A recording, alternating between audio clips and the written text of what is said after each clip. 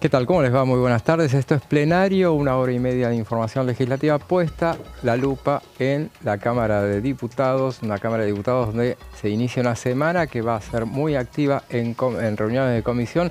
Hay muchas comisiones ya convocadas para martes, miércoles y jueves.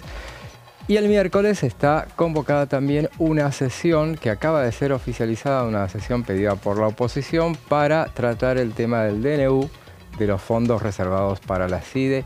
Esos son algunos de los temas que vamos a hablar a lo largo de este programa, porque también están cuestiones como, también están, aparte de las comisiones, aparte de la sesión, están las bicamerales, y hay una bicameral que se va a reunir mañana. Es una bicameral muy importante que estaba siendo esperada la conformación de la misma, la bicameral de inteligencia. Vamos a hablar también de ese tema a lo largo de este programa, pero ya les presento a quienes componen este plenario. Daniela, ¿cómo estás? ¿Qué tal? Buenas tardes. ¿Qué vendrías a ser presidenta? ¿De qué comisión te gustaría ser? Tendrá que pensar a ver cuál, no, alguna de las importantes, por supuesto, alguna de las que tenga muchas reuniones para trabajar. Bueno, lo que estabas diciendo vos, José, es como que vamos viendo los capítulos cómo se van desenvolviendo. Hace un ratito estábamos hablando de la convocatoria para mañana, la bicameral, y a la espera de la sesión. Y decíamos, si no se convoca relativamente rápido, los diputados no pueden venir. Bueno, ya está convocada. ¿Incide lo que pase mañana en la bicameral de inteligencia para ver si se hace o no fehacientemente, si va a haber o no quórum? Y eso mañana tenemos que ver.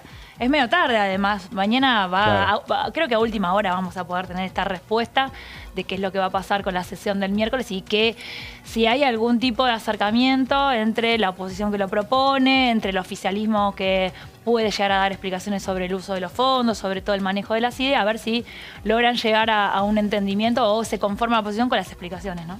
Así es, y bueno, justamente es medio tarde, encima la reunión esa de la bicameral, 16:50, sí. Horario raro si los hay. Sí. ¿Cómo estás, Sebastián? Bien, bien, todo bien. Sí, no es un horario redondo, ¿no? Raro que falten 10 minutos para un horario redondo. ¿Y por qué no te van a decir? Tarde. Sí, igual no arrancamos en punto, bueno, así que... Es disruptivo, ¿no? Sí. Se busca innovar en todo sentido. Bueno, es una semana esta de muchos frentes abiertos para el oficialismo. Quizás el más inquietante es el que ustedes dos estaban comentando recién sobre este decreto de ampliación del presupuesto en un sideral, ¿no? El porcentaje aumenta en un 3000% para gastos reservados, que según reveló el diputado de la coalición cívica Maximiliano Ferraro, ya se está ejecutando y en un 80%. Eso despertó todas las alarmas, ¿no? En la oposición, que busca caminos para revertir, para dar marcha atrás con los efectos de este decreto 656 para el fortalecimiento del Sistema Nacional de Inteligencia. Y hay dos caminos, ¿no? Uno es el camino, el atajo, el camino más corto, que es esta sesión especial, que veremos si tiene quórum o no. Mucho dependerá también quiénes terminen conformando las autoridades, quién va a ser presidente, quién va a ser el presidente y, bueno, cuán conformes terminen los distintos actores involucrados a la hora de aportar o no aportar con el quórum. Y el otro tema importante es, que no termina de evaporarse de la opinión pública, es el tema de este tour de un grupo de diputados libertarios a la cárcel de Ezeiza, donde están alojados, privados de su libertad, ¿no? Los represores de la última dictadura militar, entre ellos Alfredo Astiz. Así que hubo un pedido en la última sesión de Unión por la Patria, con el apoyo de la izquierda, para que esos diputados fueran expulsados. Seba, me dicen que estás con problemas de micrófono. Entonces, bueno, primero vamos a ver cómo está. Bueno, vamos a ir a avanzar. Vamos a avanzar con la cuestión de un tema que estábamos abordando, que recién lo comentábamos con mis compañeros, el tema de la conformación de la constitución de la bicameral de inteligencia, una comisión que, bueno, es de las importantes, de las muy importantes, porque se reúne muy poco. Recién lo hablábamos fuera de cámara, inclusive, que se reúne bastante poco, pero es una comisión de peso. Algunos dirán, depende del gobierno también. El gobierno anterior, bueno, le daba mucha importancia a esa comisión por el hecho de que, bueno, había determinadas cuestiones que las querían hacer pasar por ahí. Son reuniones de todas maneras que son secretas, pero vamos a hacer un análisis de cómo es que el funcionamiento de esta comisión, y vamos a detallar, si les parece, quiénes son los que la van a componer, porque mañana se constituye pero bueno, mañana a las 16:50 es en el Senado. Y vamos a ver, tenemos unas placas que me avisan cuando ya las tengamos y vamos a ir con ellas. Pero vamos a comentarles el hecho de que no es menor esta comisión, porque anteriormente está presidida por justamente por Leopoldo Moró, quien va a integrar esta comisión. Vamos a ver, entonces, vamos a ponernos en el punto de partida. Entonces, estamos situados en las 16:50. La reunión es en el 6º piso del Senado. Son esas reuniones donde no se permite, no son televisadas. No son televisadas y generalmente cuando hay bicameral siempre están más del lado del Senado que se realiza. Claro, ¿no? claro, sí, sí. No. Pero aparte porque este año le toca presidirla. Exacto. Al Senado. Recordemos, entonces decíamos que Leopoldo Moró era quien la presidía. Hasta el año pasado no se respeta mucho eso de los un año cada una. Bueno, en realidad son 2 años, pero... Es como va también con qué figuras y cómo viene esa negociación, ¿no? Veamos entonces quiénes son los propuestos para integrar esa comisión bicameral de inteligencia. Unión por la Patria tiene 6. En este caso, decíamos, veamos quiénes son, diputados. Germán Martínez, Leopoldo Moró, que ya estaba de antes, claro, y Paula Penaca. Vean que Germán Martínez, presidente de un bloque, a estas comisiones van presidentes de bloques. En las bicamerales suelen ubicarse los bloques importantes, poner a sus presidentes. Los senadores Oscar Parrilli, Eduardo Guado de Pedro y Florencia López, una senadora de La Rioja, con pocas pulgas, aclarémoslo, además, si viene al caso. Sí, todos los que estamos por lo menos viendo en esa placa van a tener lo suyo para decir, son duros, figuras importantes. Y son de peso. Veamos entonces, por la Libertad Avanza, ¿quiénes son los que están? En este caso son otro presidente de bloque, Gabriel Bornoroni y César Trefinger, y hasta ahí nomás, esos dos solamente. Esos dos, ¿Por qué? sí. Porque es la proporcionalidad que les corresponde a cada bancada. Entonces uno diría, bueno, le dieron bastante a Unión por la Patria, 6 tiene, o sea, 3 y 3.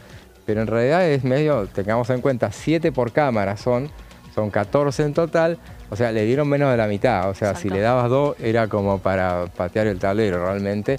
14 más o menos un poquito menos de la mitad, entonces le corresponde. La UCR tiene a 2 del mismo sector, María Coleta, la diputada, y el senador Martín Lustó, que no sería es el oficialismo partidario, pero no sería el oficialismo parlamentario ahí, ¿no? Es como medio, ¿no? Porque son los que están... Sí, pero es un dato político, que los dos representantes del radicalismo pertenezcan a esa corriente, Evolución, que tiene como referente a Martín Lustó. Presidente del partido, por eso digo, sí es oficialismo partidario, pero... Claro, bueno, pero bastaría con un acuerdo con quien detenta la primera minoría, que es Unión por la Patria, para poner a un representante de común acuerdo, ¿no? Por eso, atención, hay preocupación en el oficialismo, también en el PRO, porque a las candidaturas de Cuadra y de Goerling, creo que ya lo mencionaste, José, de Goerling Lara, se suma la de Martín Lustó, quien de todos modos no está tan convencido, ¿no?, de asumir esa responsabilidad. Sí, habrá que ver, en este caso el PRO entonces tiene al diputado Cristian Ritondo, otro presidente de bloque. Hay 3 presidentes de bloques en esta bicameral, y está el senador Martín Gerling. Yo le digo Gerling, no sé si se pronuncia así. Gerling. Bueno, ninguno de los 3 es alemán, ¿no? Lara. Bueno, y también es del PRO, y los senadores Edith Terenzi, que es chubutense, cercana al PRO, es de Cambio Federal y muy cercana al gobernador, quien también integraba esta comisión. Dato anexo. Y Edgardo Cuadra, que es de Unidad Federal, y como decía Sebastián, entonces estos 2 últimos, de los 2, no Terenzi, sino Gerling y Cuadra, son los que pican en punta en esta discusión. Ahora, cada uno tiene sus pros y cada uno tiene sus contras. ¿Por qué? Porque Gerling contaría con el PRO, con la anuencia del PRO, pero no le alcanza con el PRO. Claro. Porque la verdad es que necesitas 8 votos juntar acá. Sobre todo porque no viene también del oficialismo del PRO, porque viene propuesto por el lado de Patricia Bullrich, que también sabemos cómo son las diferencias internas ahí, entonces eso no significa que el PRO se vaya a jugar todo por él. Claro, ¿no? claro. Y tampoco todo el oficialismo, porque lo apoya la presidenta del Senado, Victoria Villarroel, pero no así Santiago Caputo y Karina Milei, que están a favor de Cuadra. Cuadra, sí. Lo que pasa es que Cuadra tiene cierto rechazo de parte de los peronistas. Sus ex. Que lo consideran una especie de Judas por haber apoyado la ley Bases, ¿no? Claro. Por haber votado. Aunque desde el oficialismo algunos te dicen, ¿sabes qué? Está todo arreglado y va a ser Cuadra, me decía alguien. En las posibilidades de las jugadas especiales que se pueden llegar a hacer, bueno, tenemos entonces 6 de Unión por la Patria que podrían alinearse con la UCR, y ahí tenés 8 votos ya seguros y ya pones a Lustó ahí. Claro. Ahora bien, a Lustó le interesará llegar de esa manera a presidir esa comisión, que si bien es importante, puede ser descolocarlo ante la sociedad con las expectativas políticas que él puede llegar a tener, y haber quedado sindicado como, mira, te apoyó Unión por la Patria. Veremos que... Quizás hasta le conviene eso, ¿no? Se coloca como una figura de la oposición. Tendrá que hacer sus cálculos Martín Lustó acerca de cuál es el posicionamiento que le conviene de cara a los próximos desafíos electorales y políticos. Detrás de todo eso hay una figura muy importante, que es la de el Cotino Siglia, que tiene mucho interés en eso, y por eso hay puestos ahí a Coleta y... y Emiliano Jacobiti también. Y Emiliano Jacobiti, que es el, digamos, el operador, ¿no?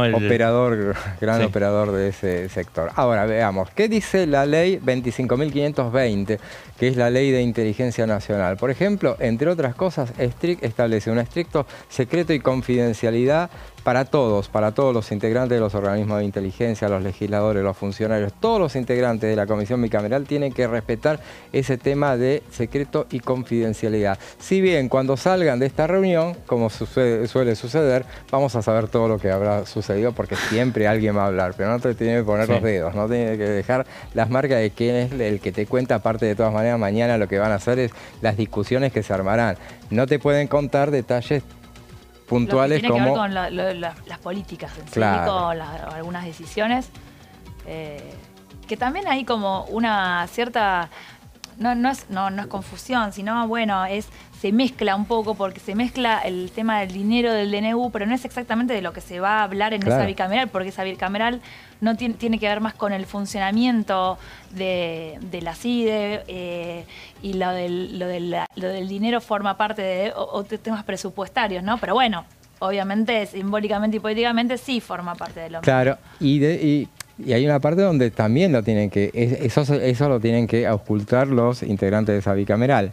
Ahora bien, ahí decidimos que las sanciones para los infractores, porque establece justamente el artículo 17 de la ley que hacíamos referencia, a la Ley de Inteligencia Nacional, dice que la violación de este deber de mantener la confidencialidad, los hará pasible a los infractores de las sanciones previstas en el Código Penal y bla, bla, bla. Más vale que no hagan, no cuenten todo. El artículo, por ejemplo, hay un artículo, el artículo 31, refiere a la creación en el ámbito del Congreso, entonces, de la bicameral que es justamente la que se encarga de controlar y supervisar, digamos, todos los organismos del sistema de inteligencia nacional. Recordemos que hubo grandes modificaciones. Recientemente, hace 3 semanas, desapareció lo que era la AFI, y ahora vuelve la CIDE, vuelve la CIA con S, es un nuevo organigrama de inteligencia que fue creado por decreto, y eso también es genera algunas rispideces con el lo que genera ruido sobre todo es que ya fueron utilizados el 80% de estos fondos que son de uso libre, ¿no? Que se pueden utilizar subterráneamente sin una rendición de cuentas, ¿no? En la oscuridad. El gobierno te va a decir que solamente se otorgaron. Dice, la excusa del oficialismo es, frente a lo que vos decís que fue Maxi Ferraro, ¿no? Que hubo un detalle ahí. Dice, eso es dinero, está devengado nada más. Pero cómo se vuelve para atrás, ¿no? Ese otorgamiento. Sí, también hay argumentos de tipo constitucional, según el artículo, creo que el 97 de la Constitución Nacional. Todas las disposiciones, en este caso decretos, vinculados a gastos de inteligencia tienen que pasar no se pueden establecer resoluciones que son propias del Congreso Nacional. Eso lo establece este artículo de la Constitución Nacional. Por eso este es uno de los argumentos centrales para impugnar esta decisión del Ejecutivo, que evidentemente el instituto del decreto existe desde la reforma constitucional de 1994, pero hay cuestiones sobre las cuales están vedadas, como por ejemplo la cuestión tributaria, la cuestión penal y la cuestión de electoral y del régimen de los partidos políticos. Para todo el resto, y este es un tema, por ejemplo, de inteligencia, tiene que haber circunstancias fundadas de excepcionalidad. Es decir, que tiene que haber una justificación de la necesidad de urgencia para poder fundamentar que se pueda resolver a través de decreto. Por eso hay una serie de argumentos que tiene la oposición para ponerse en contra y para discutir la legitimidad de esta medida. Es una discusión que tiene sus ribetes constitucionales y que, bueno, los vamos a ir viendo cómo se va resolviendo este tema. Entonces estamos con las cuestiones que puede supervisar la bicameral, y eso está comprendido en el artículo 16 de esa medida, que dice, por ejemplo, hay un montón de medidas. Por ejemplo, puede considerar análisis y evaluación de la ejecución del Plan de Inteligencia Nacional. Después tiene que establecer un informe anual sobre la labor realizada, la recepción de las explicaciones e informes que se estimen convenientes de acuerdo a lo prescrito en el artículo 71 de la Constitución. Y el artículo 71, ¿qué es lo que dice de la Constitución? Ya que estamos hablando de tanto de la Constitución, cada una de las cámaras puede hacer venir a su sala de ministros del Poder Ejecutivo, a los ministros a su sala, a los ministros del Poder Ejecutivo para recibir explicaciones e informes que estime convenientes. O sea que esta bicameral está habilitada para convocar a los ministros. Ahora, no me convoques a cualquiera, convócame a los del área de inteligencia, en todo caso, o de seguridad. Debe, asimismo, debe elaborar y remitir en forma anual al Poder Ejecutivo Nacional y al Congreso un informe secreto. También el artículo 37 dice, por ejemplo, de esta ley que estamos detallando, la Comisión Bicameral será competente para supervisar y controlar los gastos reservados que fueren asignados a los componentes del sistema de inteligencia nacional. Y entonces llegamos acá a la parte de la que estábamos mencionando justamente. Por eso, ese es el eje por el cual algunos dicen, mirá, y esta es una discusión por la que tratan de evitar la sesión de este miércoles. Por eso decíamos que de este tema de la bicameral de inteligencia, todo este tema de inteligencia se va a hablar durante toda esta semana. ¿Por qué?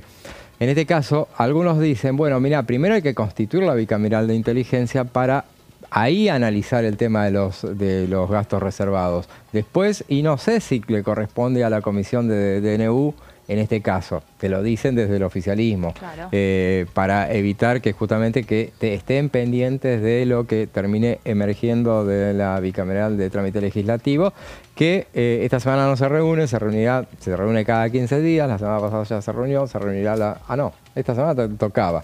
¿Tocaba? Me parece que tocaba que se reuniera esta semana. La semana pasada no se reunió, así que tendría que hacerlo. Bueno, veremos en definitiva qué es lo que pasa, pero bueno, esa es la idea un poco de llevar a que esta comisión bicameral sea la que mire a ver de qué se tratan esos gastos reservados, de los cuales dicen que ya el 80% ya se gastó. Me parece que es un poco exagerado. Es un poco exagerado.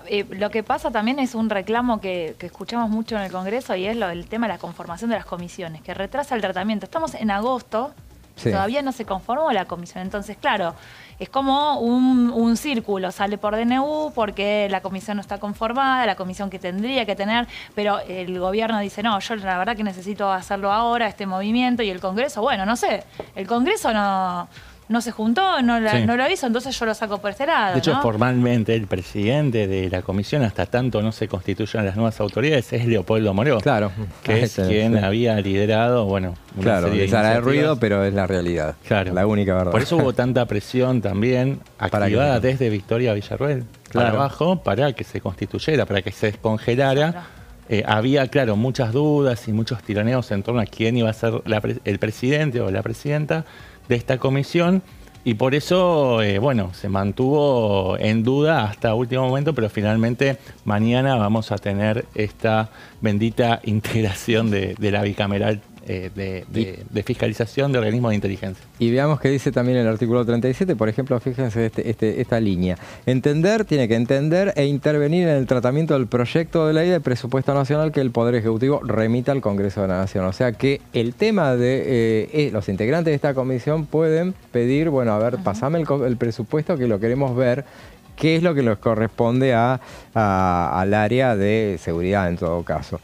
Y también, bueno, puede exigir la colaboración de todos los organismos de inteligencia contemplados en la presente ley, que los que estarán obligados a suministrar los datos, antecedentes e informes relacionados con el ejercicio de sus funciones. Bueno, la bicameral también está facultada para controlar los fondos de carácter reservado que hubiesen tenido la finalidad prevista en la asignación presupuestaria. Acá presupuesto no hay, así que fue por decreto.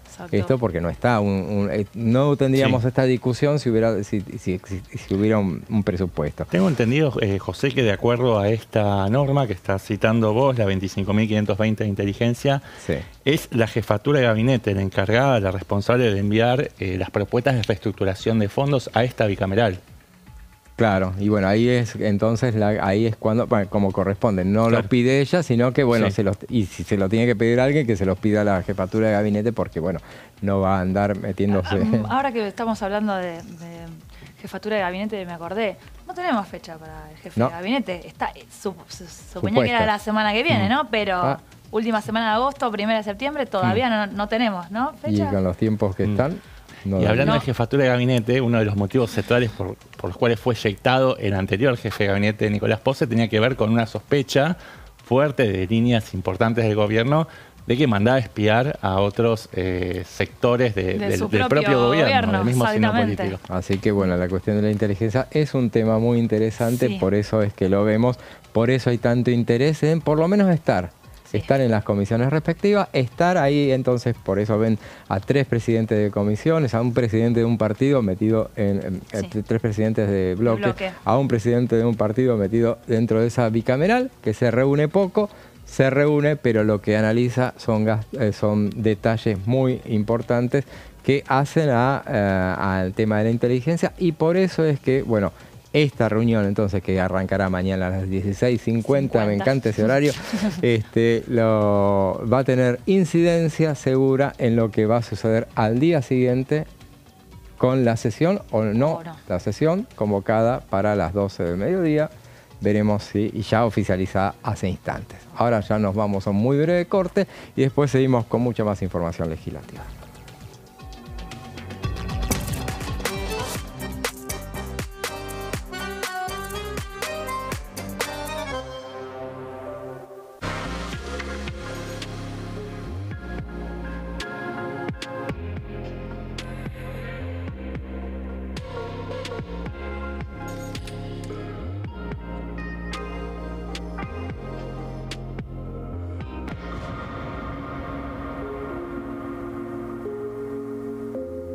En este momento, millones de niños y niñas tienen desnutrición severa.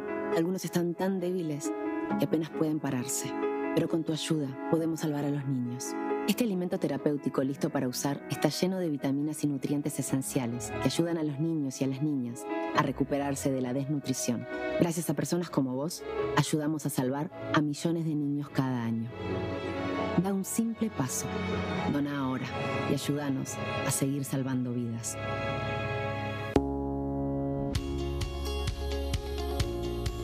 La Cámara de Diputados tiene 257 miembros. Los diputados debaten y sancionan leyes que rigen en todo el territorio nacional. Algunas de las más importantes son el presupuesto de gastos generales del Estado, el Código Civil, el Código Penal, la forma en que se rige el trabajo, las jubilaciones, entre tantas otras. Además, controla y hace un seguimiento de las políticas del Poder Ejecutivo a través de la visita de diferentes funcionarios o el pedido de informes, así como la posibilidad de realizar juicios políticos a los funcionarios. La duración de los mandatos de los diputados es de 4 años y pueden ser reelegidos indefinidamente. Desde el momento en que asumen y hasta el final de su mandato, no pueden ser acusados, interrogados judicialmente, ni molestados por las opiniones o discursos que imitan desempeñando su mandato. Son requisitos para ser diputado tener al menos 25 años, 4 años de ciudadanía argentina y haber nacido en la provincia por la que se postula o haber residido en ella los 2 años precedentes. se agrupan en bloques que expresan partidos políticos o afinidad ideológica. Existen también los monobloques integrados por un solo diputado.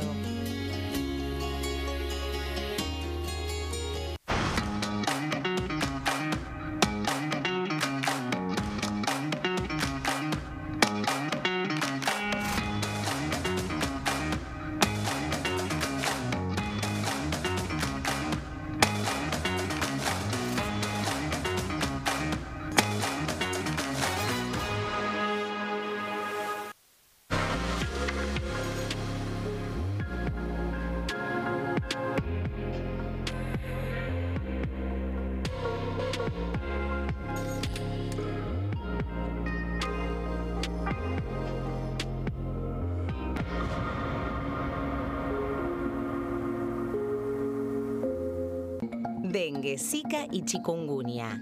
¿Cómo protegerte de la picadura de mosquitos? Para prevenir el dengue, Zika y chikungunya, evita que el mosquito te pique. Usar repelente siguiendo las indicaciones del envase. Cubrí brazos y piernas con ropa clara. En casa, pon espirales o tabletas. Usa tules o mosquiteros sobre camas o cunas. Coloca mosquiteros en puertas y ventanas.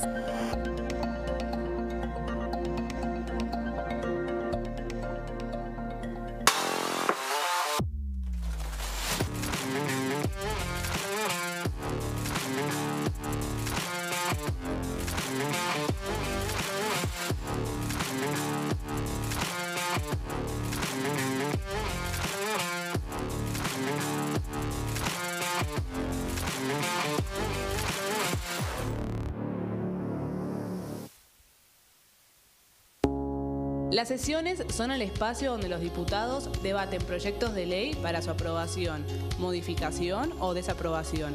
En una misma sesión se pueden tratar varios proyectos de ley. Desde el 1 de marzo, cuando el presidente las inaugura, se desarrolla el periodo de sesiones ordinarias. Entre el 1 de diciembre y el 28 de febrero se extiende el periodo de sesiones extraordinarias que solo pueden ser realizadas a pedido del presidente de la Nación. En el recinto, el bloque oficialista se dispone a la derecha del presidente de la Cámara, el bloque opositor mayoritario a la izquierda y en el centro los bloques con menos cantidad de integrantes. En el tratamiento, en general, los diputados tienen 7 minutos y los jefes de bloque entre 20 y 12 minutos conforme al número de legisladores que representen. La sesión es dirigida por el presidente de la Cámara de Diputados, que administra el uso de la palabra y las distintas instancias del funcionamiento.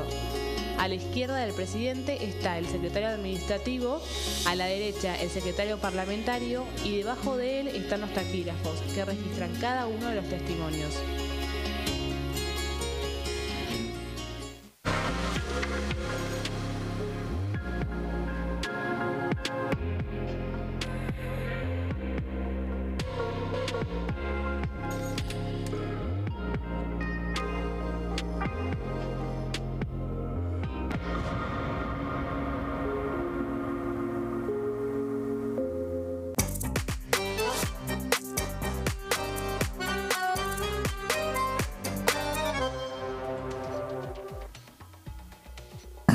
Y seguimos con plenario. En la primera parte nos dedicamos a analizar qué pasaba con la Comisión Bicameral de Inteligencia. Hablábamos del tema de los fondos reservados para la CIDE. Eso tiene que ver con una sesión que está pedida para el día siguiente.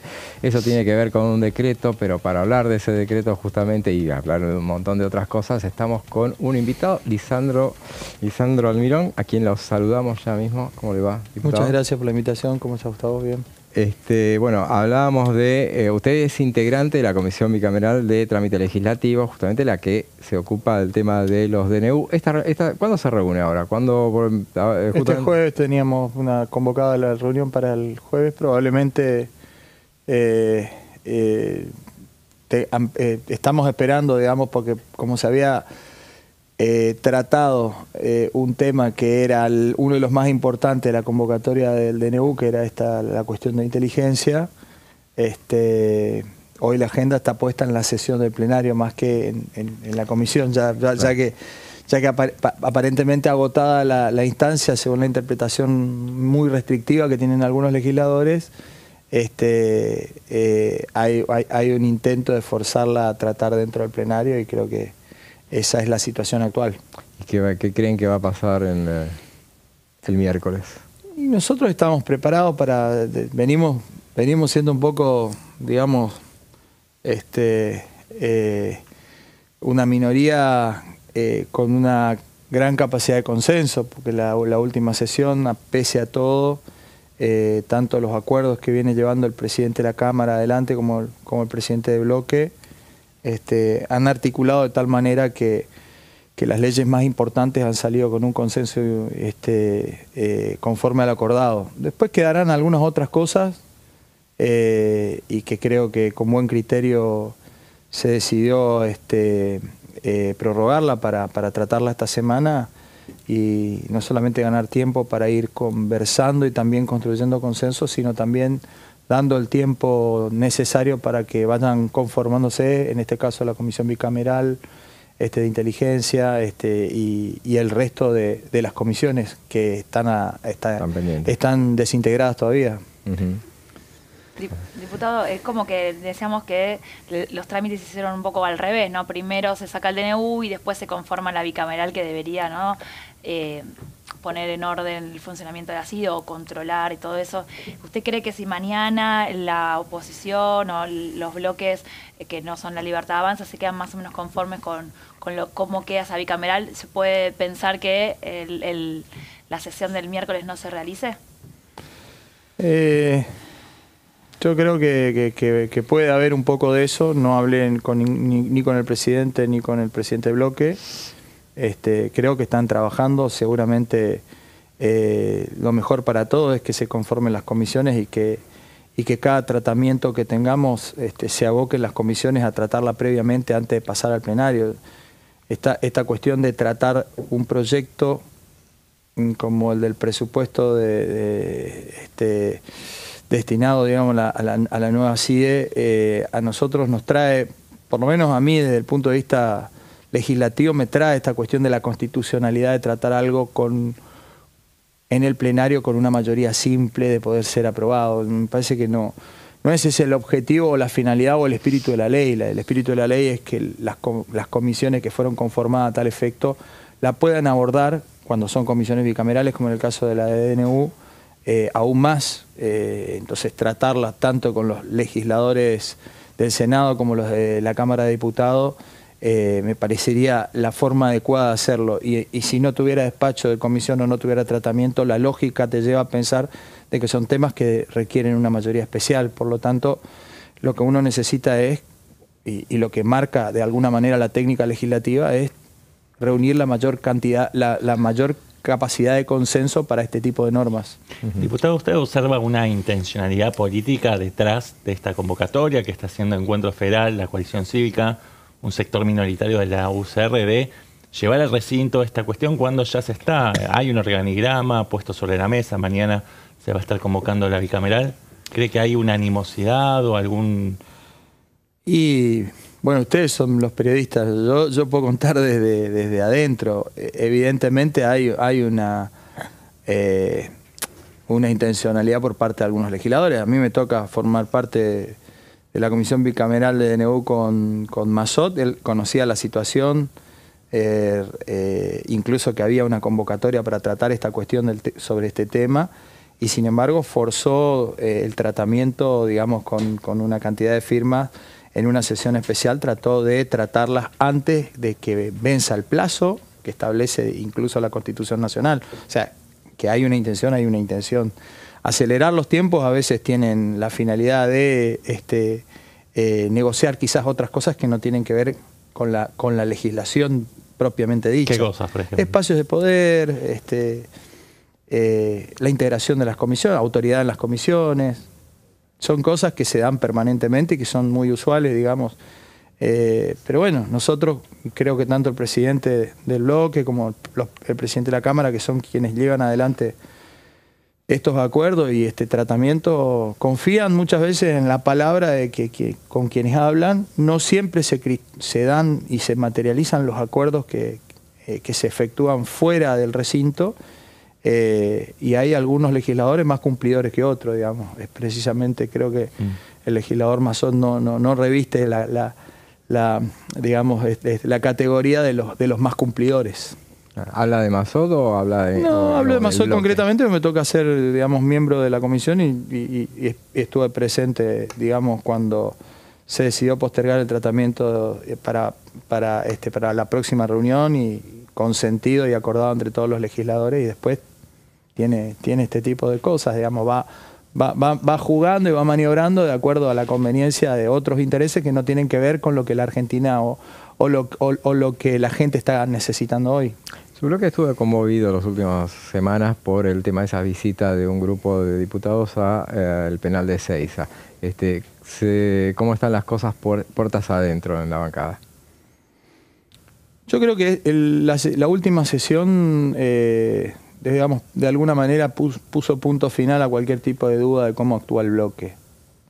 Parece que el bloque actuó de alguna manera no solamente en unidad, sino con muy buen criterio, sin romper en ningún momento, digamos, la conducta que tiene que tener un bloque, y más como el nuestro, siempre en esa minoría de los 300 contra el imperio persa, que se da en cada sesión, ¿no? Es difícil.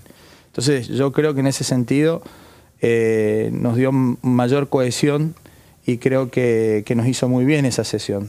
No solamente por lo larga y la posibilidad de hablar con todos los legisladores, sino también ir viendo el compromiso que tiene cada uno y ver cómo votan el resto de los bloques. Eso también ayuda mucho. Es decir, la sociedad nos está mirando y espera otra cosa de nosotros. Diputado, el miércoles también en el Senado está la audiencia de Ariel Lijo, ¿no? Una instancia que hace bastante que no se ve, esto de cubrir una vacante en la Corte. ¿Cómo lo ven parado, digamos, con ese poroteo para...? Yo voy a tratar de ser muy respetuoso. Me parece a mí que en esto es facultad del Senado, y trabaja y articula el Senado con el Poder Ejecutivo. Nosotros lo vemos como espectadores, y me parece que en ese sentido mi opinión es irrelevante respecto al tema. Diputado, ¿cómo están administrando estas chispas que salieron a relucir a partir de esta visita, lo que te comentaba antes José, la visita de diputados de su bloque a represores condenados de la última dictadura militar? Hubo expresiones altisonantes de Lourdes Arrieta, de Rocío Bonacci, contra quienes organizaron esa actividad, que de hecho no se pronunciaron, se mantuvieron en silencio, no sé si se hicieron cargo, Benedict y Montenegro. De hecho, Arrieta va a participar de la Comisión de Peticiones, Poderes y Reglamento, donde probablemente vierta algunas expresiones que incomodan, ¿no?, a quienes participaron de esa actividad, diciendo que llegó hasta allí engañada, de que le entregaron un sobre papel madera con un boceto del proyecto de ley para mejorar las condiciones de detención. ¿Cómo están administrando internamente, más allá de que como bloque salieron bien parados en la última sesión? Usted lo dijo, más allá de haber dejado que todos se expresen libremente, quedaron ruidos internos dentro del bloque, y quería ver cómo están administrándolo para poder aplacar esas tensiones. Bueno, yo te voy a hablar como diputado sin conducir el bloque, digamos. Yo no soy presidente del bloque. En esto está haciendo una tarea muy importante el diputado Gabriel Bornoroni, que habla con la totalidad de los diputados. Son compañeros de bancada. Me enteré por los medios, igual que muchos de ustedes, la situación. Entiendo que hay una cuestión que supera, digamos, y reviste por ahí un carácter mucho más desde el discurso de tratar de generar un tipo no solamente de ventaja política y de ruptura, sino también de instalar un relato que nosotros, por lo menos yo no lo tengo instalado dentro del bloque, y tampoco soy permeable a este tipo de cuestiones. Me parece que somos un espacio liberal en todo sentido. Fuera de la función, cada uno tiene distintas maneras de expresar su vida, su cotidianidad. No está en mí incorporar en la agenda determinadas cosas, en otros quizás sí, pero puntualmente creo que se ha aprovechado mucho quizás por ahí la falta de experiencia y la falta de manejo de situaciones que tienen otra intención que no es el acto aislado de ir a un determinado lugar, porque creo que cada uno con su tiempo libre puede hacer lo que quiera. A nosotros se nos tiene que de alguna manera evaluar, no solamente por nuestra conducta de vida, sino también por las leyes que generamos, que para lo que nos votó la gente. Y no está en la intención del bloque generar ningún tipo de norma vinculada a las cuestiones que se intentan vincular al espacio. Entonces, la verdad, lo veo de afuera.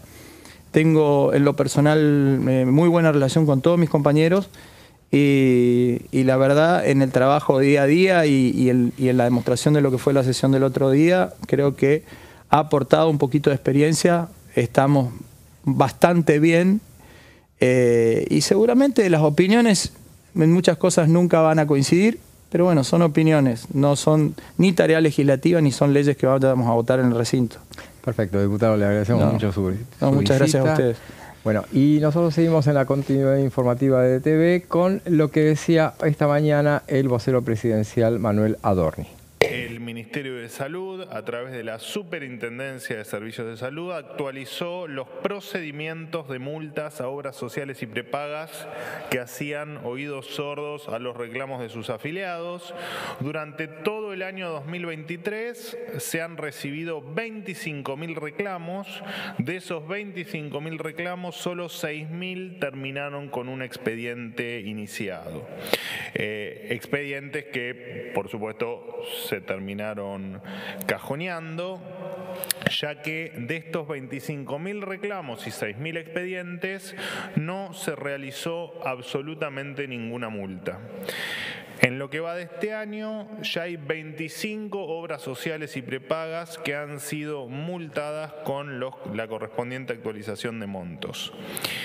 Con el objetivo de recuperar el verdadero rol fiscalizador, este año se han intervenido 4 obras sociales, a saber, para quien no lo sepa, la obra social de trabajadores rurales y estibadores de la República Argentina, OSPERA, obra social del personal de la industria del fósforo, OSPIF, la obra social del personal ladrillero, la OSPL, y la obra social del personal de la industria ladrillera a máquina, la OSPILM. Esas 4 fueron intervenidas, por supuesto, por presentar irregularidades y además recibían subsidios millonarios del Estado, o sea, de todos nosotros, de todos los argentinos. Y además se encontraron que había 60 obras sociales que no prestaban absolutamente ningún servicio. Bueno, la semana pasada, dentro de estas 4 que les nombré, se intervino OSPRERA, la obra social de peones rurales y estibadores de la República Argentina. El anterior administrador provisorio designado de esta obra social había solicitado una ayuda financiera de 3.350 millones de pesos, pero el déficit de la obra social pasó de 26.979 millones de pesos a casi 44.000. En el interín, el administrador se había aumentado el sueldo y cobraba 11.397.000 pesos por mes. Cabe destacar que la rendición de cuentas fue presentada y aprobada por la gestión anterior, a que no saben cuándo, el 7 de diciembre, 3 días antes de dejar el mandato el doctor Fernández. Así que la Argentina de la Vivada, señores, se ha terminado. Ahí lo escuchábamos al vocero presidencial Manuel Adorni hablando de las obras sociales y las prepagas. No me hagan hablar de ese tema en particular, pero bueno, si hablamos de obras sociales, hablamos de los sindicatos y vamos a hablar de un proyecto que trajo Sebastián sobre una reforma del modelo sindical. ¿De qué se trata? Sí, exactamente. Es ambiciosa la propuesta. Sí, no es un proyecto en sí, es una agenda de trabajo que se está trabajando, valga la redundancia, desde la Comisión de Legislación de Trabajo que preside Martín Tetaz. Ya habíamos tenido una primera reunión informativa de la cual había hablado nuestra compañera Daniela Mossetich. Bueno, se siguió profundizando el análisis, pero haciendo eje en los mismos proyectos, que en total son 28, de los cuales 19 tienen competencia específica en esta comisión de legislación de trabajo, y hay otros tantos proyectos que por ahora no van a estar a la vista en esta reunión informativa, que tienen competencia mixta, es decir, que intervienen también otras comisiones. Ahora yo me voy a enfocar más que nada en algunos de estos proyectos que el oficialismo, más que el oficialismo, la mayoría de ellos tienen como autores a los bloques o legisladores que pertenecen a los bloques de lo que era Juntos por el Cambio, es decir, el PRO, UCR, Encuentro Federal y la Coalición Cívica. Ahí también dentro de este repertorio aparece medio aisladamente un proyecto de una diputada oficialista. Hay un solo proyecto de Hugo Yagi que tiene que ver con la tutela de los delegados sindicales frente a intentos de despido con causa justa, pero hubo una protesta airada de Unión por la Patria y del Frente de Izquierda en la última sesión, porque consideran que Martín Tetaz había trabajado arbitrariamente sobre esta agenda para dejar afuera otros proyectos que venían trabajándose previamente, como la reducción de la jornada laboral, la desconexión digital y una agenda quizás más del campo progresista hacia la izquierda. Esta vez se recortó la temática a proyectos que tienen el aval o tienen la venia o tienen luz verde por parte del Poder Ejecutivo, más allá de que la discusión sigue estando verde, ¿no? O sea, todavía falta profundizar bastante, van a haber más reuniones informativas, todavía falta bastante para la etapa de los dictámenes. Pero son proyectos, ahora te voy a resumir algunos, anticipándome un poco más al detalle. Por ejemplo, la limitación de los mandatos de los secretarios generales, para que no se habiliten más de una reelección y que además no puedan ser consecutivos. También hay proyectos sobre ficha limpia gremial y hay... Esa primera iniciativa yo creo que no vamos a tener vida para ver eso. Bueno, son temas que llevan mucho arrastre. La esperanza de vida que se va alargando, así que por ahí lo vemos, José. Y hay algunos proyectos que realmente son muy interesantes, como la eliminación de la obligatoriedad de las cuotas solidarias, que son obligatorias, que se les descuentan a los trabajadores, incluso aquellos que no están afiliados. Y bueno, ahí hay una situación de conflictividad abierta y estos proyectos vienen a subsanar esas irregularidades. Pero bueno, son todos proyectos que vienen a complementar algunos de los avances en materia laboral que se cristalizaron en la versión que salió, algunos de los cuales todavía no fueron reglamentados, pero de la ley bases, ¿no? Claro. Como por ejemplo la eliminación de las multas por no registración laboral, la extensión del periodo de prueba de 3 meses, que era lo que estaba vigente, a entre 6 y 12 meses, dependiendo del tamaño de la empresa o de la organización. Sí. También la doble indemnización por despido por razones de discriminación, la creación del fondo de cese laboral optativo y este régimen nuevo de trabajadores independientes que pueden contratar hasta 3 colaboradores, ¿no? Bueno, esta es una agenda que está más vinculada a el campo de... es una reforma del modelo sindical que tiende a cercenar el poder que tienen los sindicatos, que muchas veces funcionan de forma, corporativa, si se quiere, o por lo menos esta es la óptica o la visión que abona desde el oficialismo y desde los sectores de la oposición dialoguista más cercana, ¿no? Como el PRO o la UCR. Esta es la diputada que tenía el movimiento antibloqueo, ¿no? Esa es. Sí. Razzini. Sí, exactamente. Todos estos proyectos, decíamos, son 28 y establecen la mayoría modificaciones a la ley 23.551 de asociaciones sindicales, a la 14.250 de convenciones colectivas de trabajo y la ley 24.013 de empleo. En principio, antes de entrar directamente en la placa vinculada al proyecto de Verónica Razzini del PRO, santafesina ella, vamos a hablar de un proyecto de ley del titular de la comisión, de Martín Tetaz. Él propone esto que decíamos antes, limitar los mandatos de los secretarios generales a una sola reelección, y que además después de esos 2 mandatos tenga que pasar un mandato completo, con alternancia, para volver a postularse a un cargo de secretario general, Y también este proyecto, esta iniciativa, incorpora a aquellas fuerzas que participaron en listas que salieron segundas, pero que hayan obtenido más del 25% de los votos.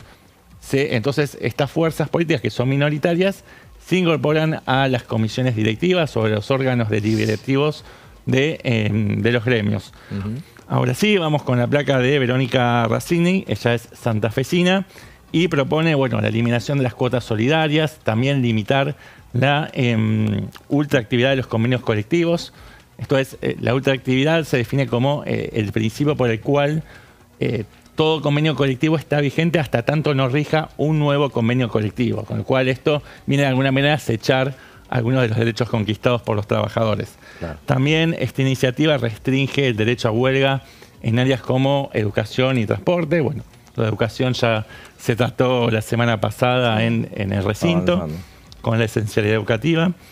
Y modificaciones también en el teletrabajo, pero quizás el elemento más disruptivo de este proyecto de ley es se estipulan sanciones a bloqueos en empresas, ¿no? Con sanciones muy duras, muy severas de entre 3 y 6 años de prisión para quienes infringieran estas cuestiones.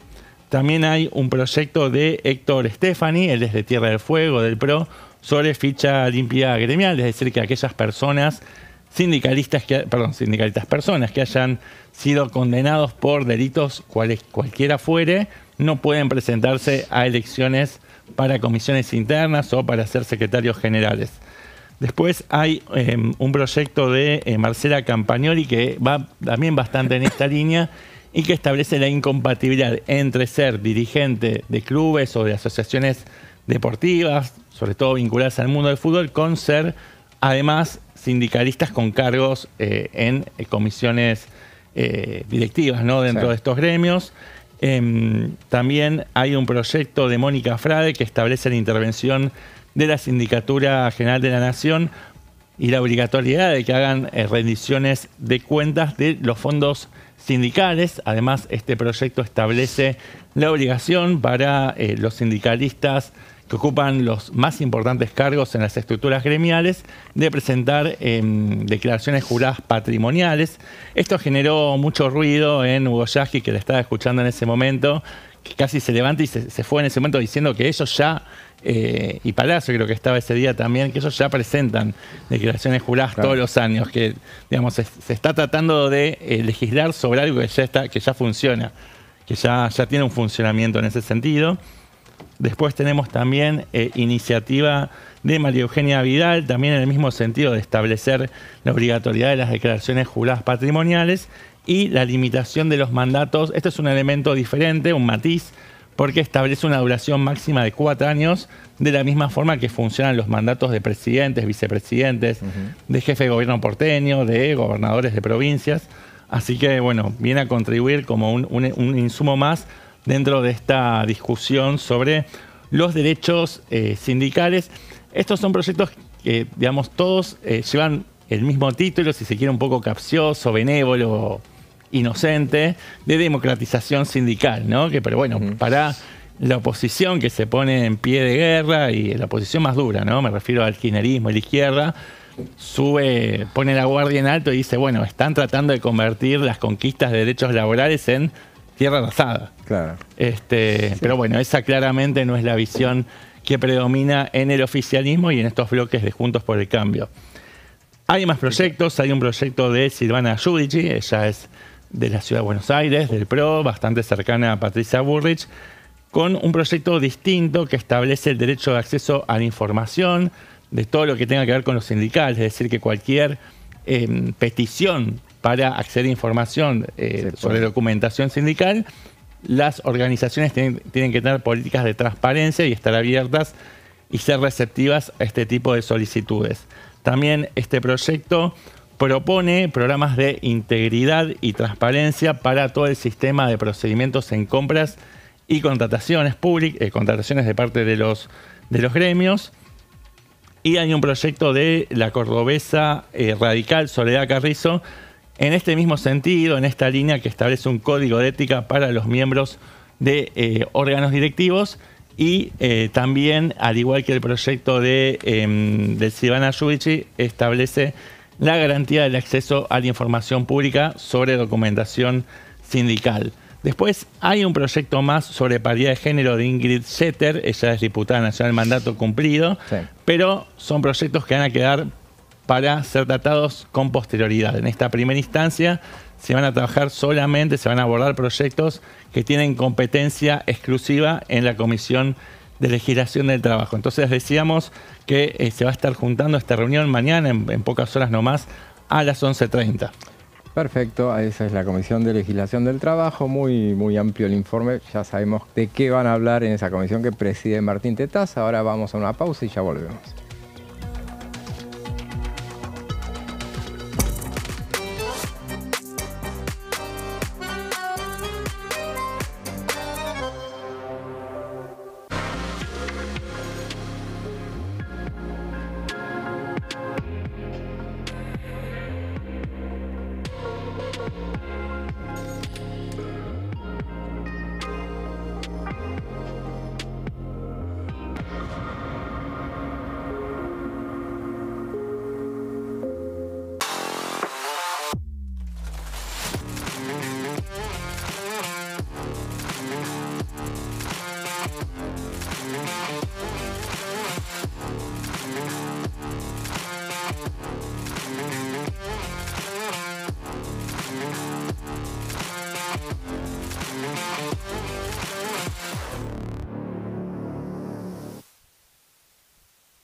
En este momento, millones de niños y niñas tienen desnutrición severa.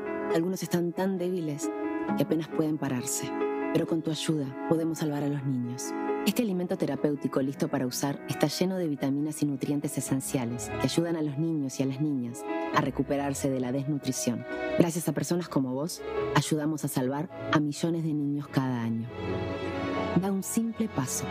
Dona ahora y ayúdanos a seguir salvando vidas.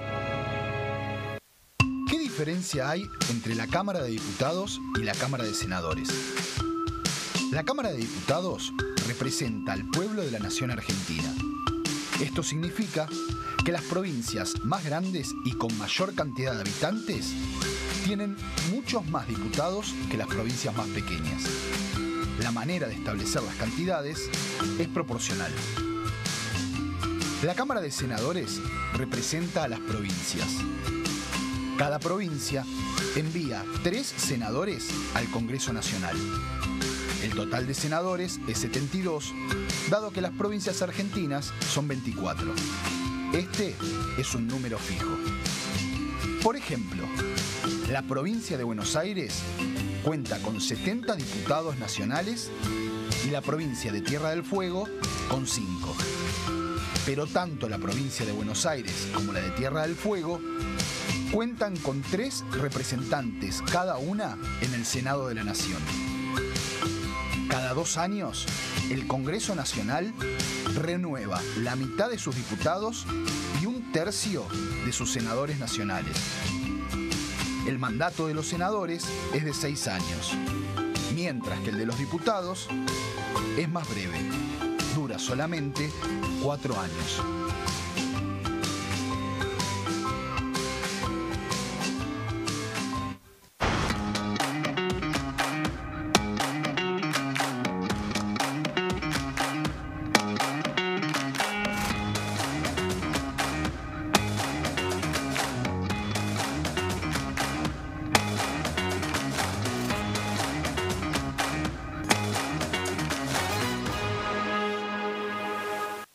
¿Cómo prevenir dengue, zika y chikungunya? Para prevenir estas enfermedades, evita que el mosquito te pique y no lo críes en tu casa. El mosquito que transmite dengue, zika y chikungunya se cría en recipientes que juntan agua en los hogares. Da vuelta o tapa los objetos que puedan acumular agua o elimínalos si no los usás. Limpia y cepilla frecuentemente desagües y libera canaletas de hojas y o tierra. Evita tener plantas en floreros o frascos con agua. Limpia y rellena con arena los portamacetas.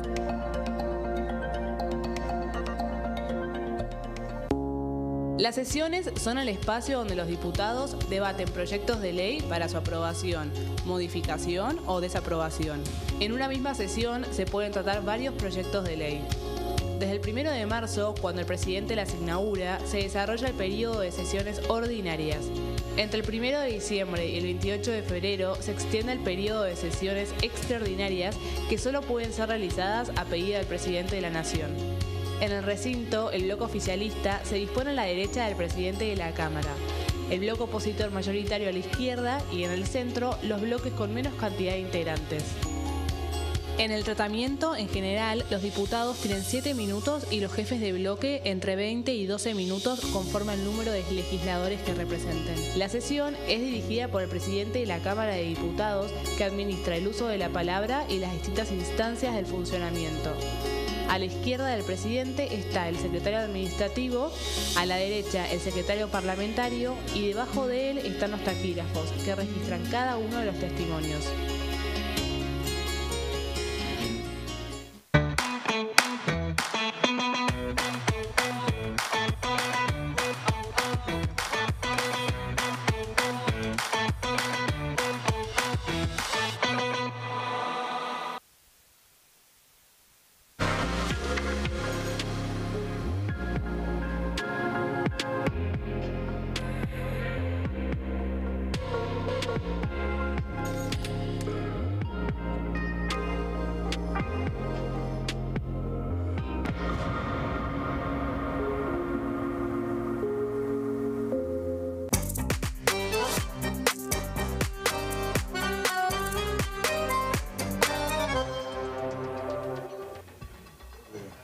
Y continuamos con plenario. Hablábamos de una semana intensa en materia de comisiones. Mañana, un ejemplo, 10 comisiones están convocadas para toda la jornada, mañana martes. Una de ellas es a las 17 la Comisión de Deportes, que van a tratar una serie de temas de los cuales nos va a hablar nuestra compañera Daniela. Temas de absoluta actualidad. No sé cómo estuvieron ustedes con los Juegos Olímpicos. ¿Consumieron resumen, vieron en vivo, esperaron algunas actividades? Estuvimos viendo mucha frustración también. Mucha frustración, sí. Bueno, exactamente. Mañana se reúne la Comisión de Deportes, que la preside una mujer, Magalí Mastaler, que durante el mandato anterior, recuérdenme el nombre del árbitro. Baldassi, exacto. Bueno, Mastaler estuvo trabajando bastantes proyectos y temas que tienen que ver con la paridad del deporte, que así como en la política en general, en el deporte también es un reclamo muy amplio. Bueno, y mañana hay 6 proyectos de ley y 24 de resolución. Los de resolución son todos similares y tienen que ver con los Juegos Olímpicos y este reconocimiento a los deportistas que participaron de los Juegos Olímpicos, pero también mañana se van a plantear otros temas que es como cómo se mete también la política y las organizaciones, ¿no? en el deporte, más allá de lo que son las prácticas de los deportes en sí. Uno de los proyectos de los que son estrictamente de ley es uno del diputado Tomás Ledesma, que mezcla temas que también estuvimos viendo acá en el Congreso recientemente, que es la imposibilidad de participar para cargos electivos de quienes cometieron delitos contra la integridad sexual. Sabemos que el Gobierno Nacional tiene mucho interés por esto de la conducción de los clubes, de las entidades deportivas. Sabemos que mueven mucho dinero también. Sabemos que están, es más, vemos cruzados dirigentes y partidos cruzados con clubes de fútbol que, si bien nosotros vemos la cabeza y los conocemos por el fútbol, tienen un montón de otras actividades que hacen entidades realmente grandes y que hay mucho interés en la política. Entonces, ¿qué dicen? Bueno, así como recién Seba hablaba de las entidades sindicales, donde también se está buscando poner algunas características de quiénes pueden estar al frente, de cómo son los mandatos, de cómo es esa democratización. Hay un proyecto mañana de Tomás Ledesma, de Unión por la Patria, para, bueno, quienes cometieron delitos contra la integridad sexual no pueden estar al frente de ninguna entidad deportiva. También, además, porque siempre está vinculado, ¿no?, con los niños, con los sanos. ¿Cómo? No, claro, es lo menos que se le puede pedir. Sí, claro, la fecha limpia deportiva, digamos. También Micaela Morán de Unión por la Patria también tiene un proyecto para Un tema que lo hemos visto, hay casos que también tuvieron visibilidad, por ejemplo, en los Juegos Olímpicos, pero también acá en Argentina, y que es la prevención, el tratamiento responsable y la erradicación del acoso en el deporte, ¿no? Un ámbito donde hay mucha interacción física, mucho tiempo pasado juntos de los equipos. Y bueno, zonas de vestuario. Zonas de vestuario, exactamente. Cosas que parecen mezclarse a veces y que hay que poner los límites en ese sentido. Entonces, Micaela Morán también mañana va a traer ese proyecto. Había un técnico de Boca, del femenino, que está denunciado y está en proceso, ¿no? Por eso ver... también Jorge Martínez ahí me dice. Ahí está, más allá de lo que es la ética, sino también desde lo judicial y de cuidar a quienes están compitiendo en un deporte, ¿no? Este lado del cuidado de los atletas.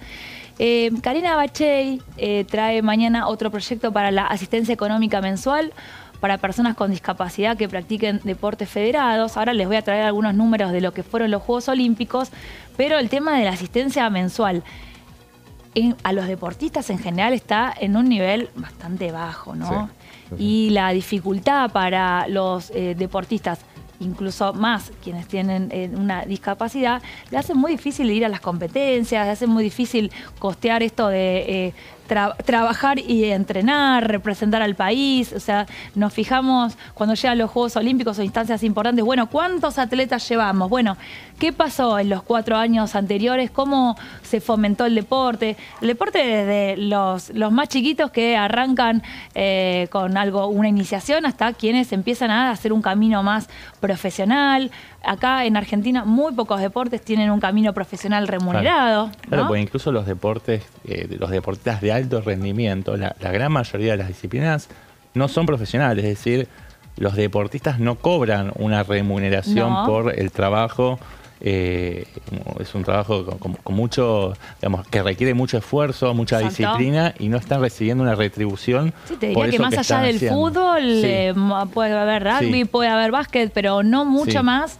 El fútbol es verdad, es un gran negocio, mueve millones, pero hay otros deportes que no son negocio, por lo menos el mercado no los ha visualizado hasta el momento como negocio, y eso también tiene su contracara, que es el hecho de que hay un montón de deportistas que no pueden dedicarse al 100%, a menos que tengan un sustento familiar económico que les permita hacerlo. Exacto, por eso también Micaela Morán, del Frente Renovador, ¿no? trae mañana otro proyecto para becas.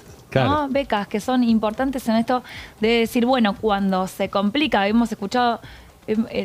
a los medios les gustan, ¿no? Las historias de los deportistas que hicieron el camino, que iban en el colectivo y que les costó un montón. Bueno, hay formas de mejorar eso también si están entrando en un nivel. No, por supuesto que no se le puede dar becas a todos, pero sí fomentar a aquellos que están poniendo un montón de esfuerzo para representar a la Argentina.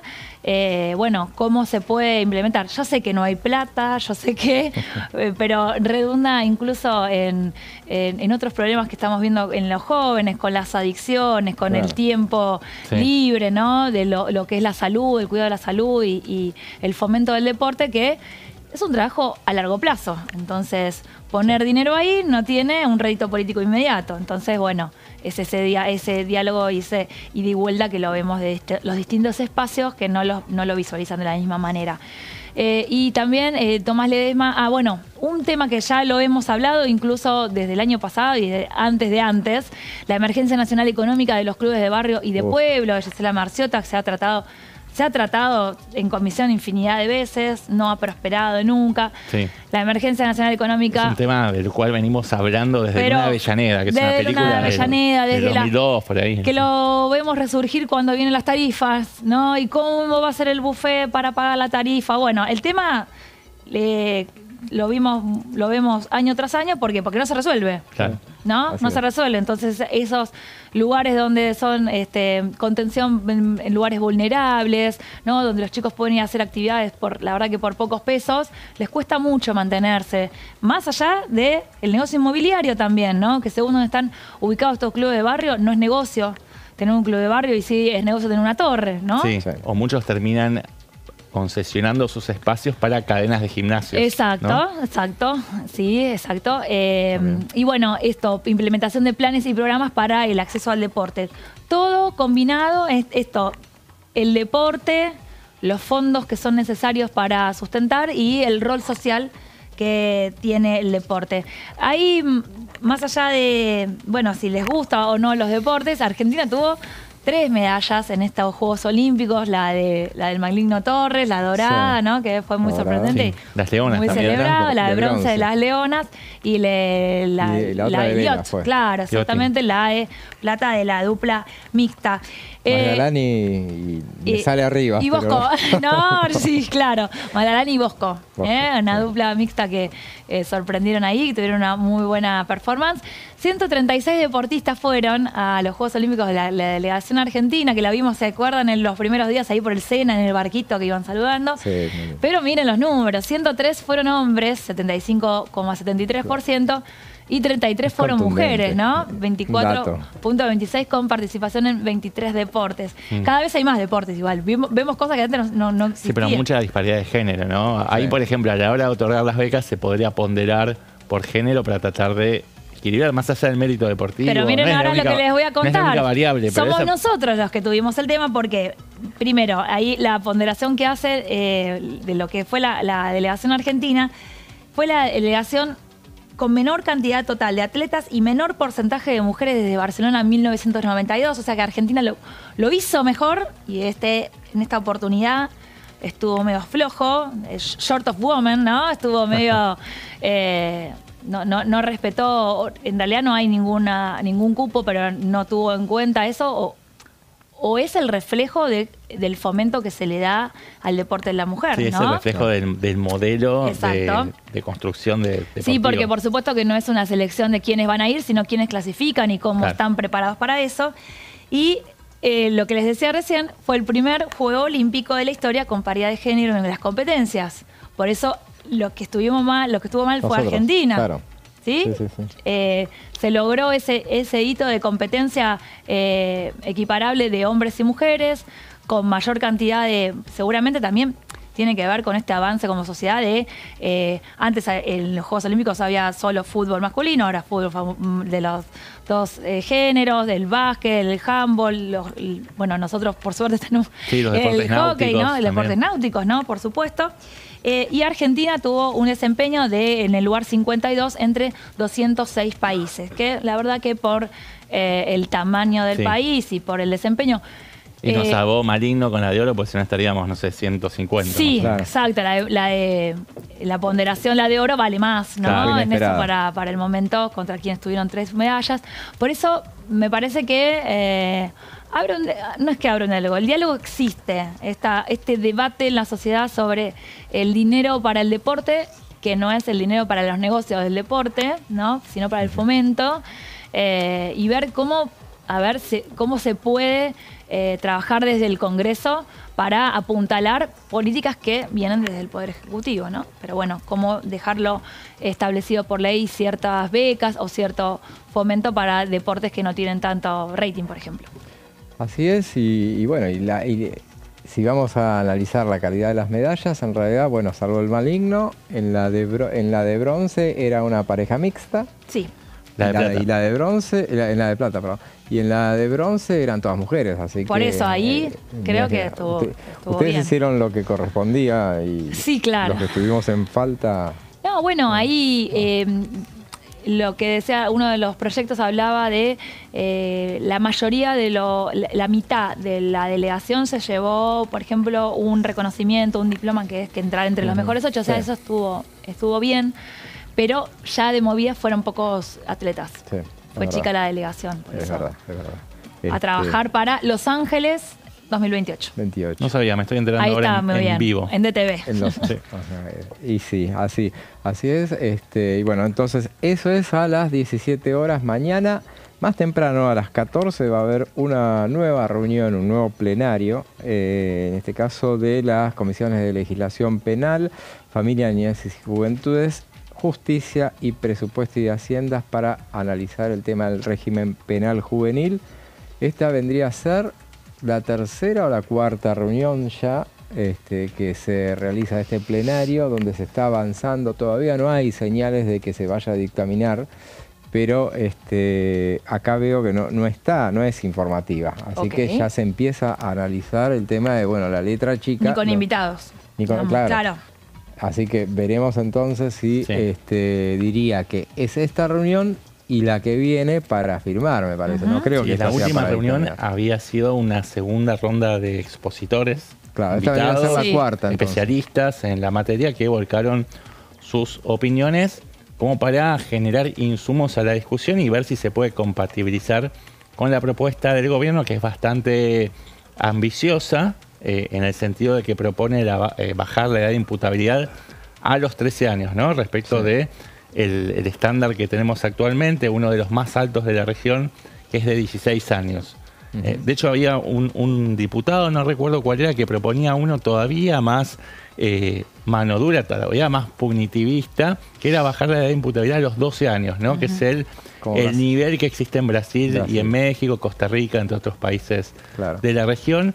Y la mayoría de los proyectos de bloques de la oposición dialoguista, incluso hay un proyecto de el Frente Renovador dentro de Unión por la Patria, que propone bajar la edad de imputabilidad a los 14 años, que podría ser, si se quiere, una medida de consenso en caso de que se quiera avanzar sobre una base más sólida, ¿no? Con una masa crítica más importante. Y voces del PRO, por ejemplo, han hablado de los 14 años. Recordemos que cuando ellos estuvieron en el gobierno, Germán Garabano. Justamente el proyecto de Germán Garabano hablaba de, después de muchas vueltas, hubo 2 intentos, pero en el último, el que avanzó un poco más, pero nunca llegó a finalmente ni siquiera al recinto, ni siquiera al dictamen, se hablaba de 15 años. Claro.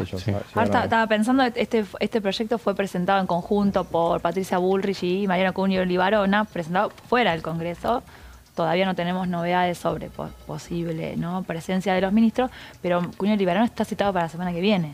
Está citada, claro, la Comisión de Mujeres. Está citada la Comisión de Mujeres. Creo que estaba para la semana que fue la sesión, se suspendió, o la anterior. La anterior. Había alguna otra situación y fue postergado con fecha, por eso... el 27. El 27. Sí. Hay chances. Va a haber un ministro esta semana, está convocada la sesión, yo hablaba de 10 reuniones de comisión, se sumó una más, un plenario de las comisiones de Defensa y de Seguridad Interior para empezar a tratar el tema del proyecto del Poder Ejecutivo, incorporando la posibilidad de actuación de Fuerzas Armadas en hechos de terrorismo, y está convocado justamente el ministro Luis Petri, el ministro de Defensa, para que exponga en esa reunión, inclusive la invitación que le envió el titular de la Comisión de Defensa, Ricardo López Murphy, dice que venga él y todos los funcionarios que en todo caso él considere pertinentes que puedan informar sobre el tema. Yo creo que él no va a tener... ¿Se acuerda? Ex legislador, claro. Él no va a tener ningún inconveniente. Si puede, va a estar. Sí, el gobierno lo decide de esa manera, me parece que es una figura... Bueno, igual que Patricia Bullrich, también tienen un manejo legislativo sencillo, o sea, lo saben, no los va a sorprender. No, totalmente. 2 mandatos estuvo de diputado de la Nación, fue vicepresidente primero de la Cámara, o sea que realmente él no tiene disposición para venir, entonces evidentemente, y para este tema que evidentemente son esas cuestiones donde... Sí, además en lo discursivo también Luis Petri, que era consultado en su momento cuando era integrante del bloque del radicalismo, ¿no? Que tenía su sector, su área de trabajo con todo lo legal, todo lo que era reglamentario, por eso era una persona de consulta que estaba accesible. O sea, me parece que si el gobierno le da luz verde, creo que es posible que seguramente venga, ¿no? estará ahí si no se contrapone con su agenda. Pero como la citaron ahora, es muy probable que ya hayan conversado con él para decirle, mira, ¿te parece? Porque había una reunión de Defensa Nacional a las 16.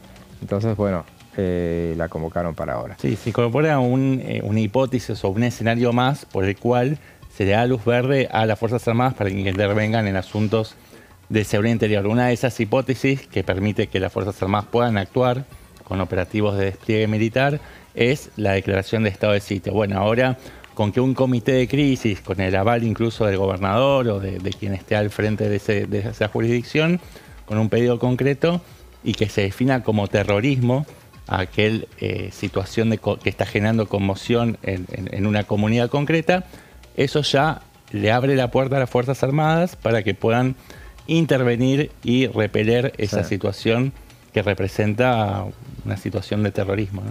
Corrección, yo dije mañana, es el miércoles. El miércoles. El miércoles, sí, donde está convocada una sesión a las 12, dando por hecho de que, porque el miércoles no suspendieron ninguna comisión, como apostando a eventual fracaso. Sí, están poniendo mucho pleno en el radicalismo, no en el oficialismo y en el PRO, de que va a haber bastantes deserciones, ¿no? Lo que pasa es que hacíamos cuentas en el corte, José, con Daniela también, sobre, bueno, cuál es el número que podría alcanzar quienes convocaron esta reunión, que fueron Encuentro Federal, la Coalición Cívica y 7 diputados radicales. Ahí contabilizamos, 16 de Encuentro Federal, sumando a 6 de la Coalición Cívica, ya van 22, más 7 radicales ya son 29. Si sumamos 5 del Frente Izquierda, llegamos a 34, y a eso sumarle los 99 de Unión por la Patria, tenemos una base de 133 diputados nacionales. Siempre hay alguna fuga, pero te están sobrando 4 votos. Hay que ver si se sostiene ese número, pero ya ni siquiera necesitarías del sector mayoritario de la UCR para poder... Por eso hay confianza en el Encuentro Federal, más allá de que hay mucha operación para bajar esta sesión. Es posible que se pueda conseguir, pero no está todo dicho. Quiero decir, la moneda está en el aire. En el aire, sí. Yo creo que mañana a última hora va a estar este panorama, ¿no? Depende todo el diálogo secreto que haya en la comisión y nada, ver qué se intercambia y que también, también si el gobierno va a ofrecer algo, ¿no? Claro, porque hay una búsqueda, lo decía nuestro entrevistado Lisandro Almirón, hay cierta intranquilidad de parte de uno de los sectores, el Encuentro Federal, de que no fue recompensado de acuerdo a los acuerdos de palabra que se habrían producido con la presidencia de la Cámara de Diputados, pero si hubiera algo sobre la mesa, quienes convocaron a esta sesión especial podrían retirar este pedido. Y eso generaría un marco de mayor serenidad para poder encarar este problema de la utilización de los gastos reservados de la CIDE, pero con mayor serenidad, ¿no? Y poder hacerlo en un camino institucional más sólido, como es el de la Comisión Bicameral de Inteligencia. Y entonces mañana sí, no el miércoles, pero mañana vamos a tener también, hay que ponerle atención también a la reunión de las 12, a peticiones, poderes y reglamento, a la comisión de Silvia Losperato, porque ¿qué van a tratar? Van a tratar esto de que está dando vueltas desde hace rato y ver qué va a pasar con los 6 diputados que visitaron a los represores en Ezeiza. Si constituyen una comisión, ¿no? Si constituyen una comisión, si se los van a sancionar de alguna manera. Ya Martín Menem se desligó, ¿no? Sí. Por el lado de la presidencia de la Cámara no va la cosa. Mañana se van a tratar estos proyectos. Lo que sí, va pasando el tiempo y el tema, en cierta forma, si bien tiene importancia, se va desinflando, ¿no? Claro. Se va desinflando y deja también Almirón, recién nos decía hace un ratito, bueno, me parece que le pusimos punto final en la sesión. ¿Qué querían? Las cuestiones de privilegios, ¿quieren hablar de esto? Listo, hablen en las cuestiones de privilegio, expongan todo lo que tienen para decir sobre este tema, se les dio el lugar, bueno, listo, tema cerrado. Delito. Sí, no fue tan cerrado porque se está recién ahora iniciando el debate. Bueno, por eso te digo, eso dicen los libertarios. Eso bueno, listo, ya está. Ahora bien, es cierto que con encuestas en mano no es una preocupación de la sociedad, o por lo menos no figura al tope de las demandas de la población que está más interesada en otras cuestiones. Lo de Alberto Fernández es una, pero también la economía. Sí, seguro. En ese sentido, el gobierno y el oficialismo respira un poco más aliviado de que este tema va a pasar de largo eventualmente, pero desde la oposición quieren que el oficialismo se haga cargo porque fueron diputados de la Libertad Avanza quienes visitaron a represores condenados por delitos de lesa humanidad. El sobre, como decíamos, ese sobre que se ve en las fotos, y el sobre, si realmente existió ese proyecto, ¿no? Un proyecto de... Sí, la que no estaba en la foto es, hay que decirlo, Rocía Bonacci, que dijo que fue engañada y que se mostró arrepentida de haber participado en ese traslado, pero que cuando se enteró en el viaje hacia el penal de Ezeiza, ella decidió no entrar al pabellón. Nos quedamos sin tiempo, nos quedamos mucha información que la vamos a dar, seguir dando mañana. Hasta el jueves nos vemos, José, hasta luego. Con vos nos vemos el miércoles, si no hay sesión. Si no hay sesión. Veremos a ver qué sucede para ese día y cuánto dura la eventual sesión. Y si no, nos veremos igual aquí mismo o en algún pasillo. Seguramente así será. Con ustedes nos volvemos a encontrar mañana a partir de las 15. Ahora sigan en la continuidad informativa de Diputados Televisión con la gente de Pasos Perdidos, Amanda Alma, Fernando Fraquelli y todo su equipo. Hasta mañana.